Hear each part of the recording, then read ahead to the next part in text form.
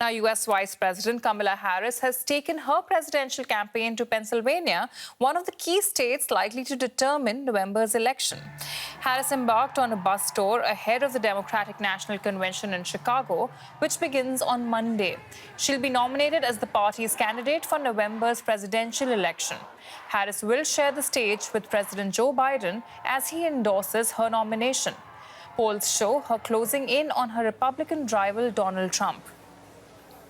Now, at her speech in Pennsylvania, she contrasted her leadership style with that of her opponent. This campaign is about a recognition that, frankly, over the last several years, there's been this kind of perversion that has taken place, I think, which is to suggest that the measure of the strength of a leader is based on who you beat down, when what we know is the real and true measure of the strength of a leader is based on who you lift up. That's what we see as strength. We know what strength looks like. That's what strength looks like. Anybody who's about beating down other people is a coward. Let's go now to our Washington bureau chief, Ines Paul, who's at the venue of the Democratic National Convention. Ines, you're in Chicago, so let's start there. What can we expect at the convention? Well, you know, you already can feel the excitement here in the United Center, where this big show will start tomorrow, and we can expect some really star power here in Chicago.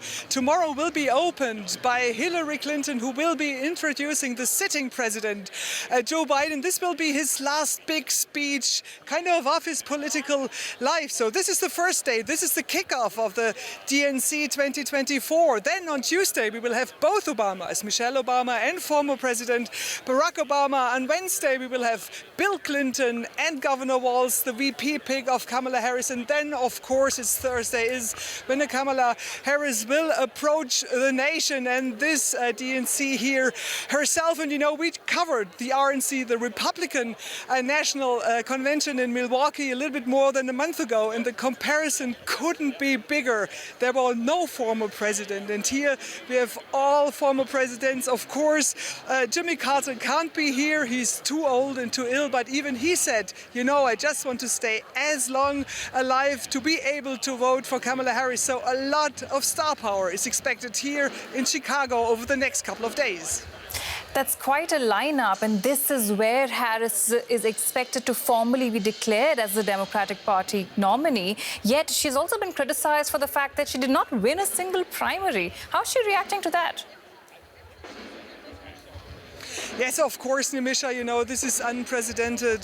President Biden just announced 1 month ago that he is not running again, and that kind of turned everything upside down. It's not only that Kamala Harris was not officially nominated through a primary process, there's also a lot of criticism from the Arab American community and also other Americans who do not agree with the Israel policies of the Biden administration, of which Kamala Harris is, of course, also part. And we expect a lot of protests outside this venue, and we already saw protesters here coming together ahead of the conventions. There are expected thousands of people. More than 20 different groups will make their voices heard that they do not agree with the Israel politics of the Biden and Harris White House. So before she heads to Chicago, Harris is in the critical swing state of Pennsylvania right now, and which is at the same time as Trump. How is she trying to appeal to voters there?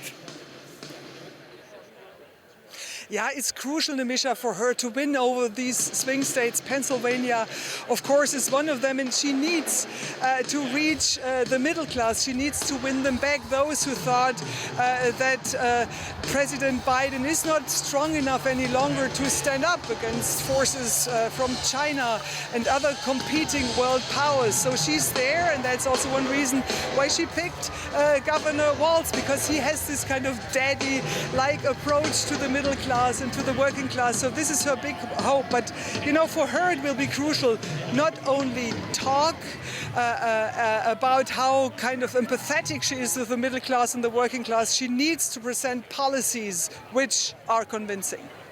Speaking of those convincing policies, you mentioned criticism around the Israel policy. We also know that Harris is trailing Trump on the economy. So how big of a challenge is that for her? Yeah, that's a huge challenge, and it's interesting.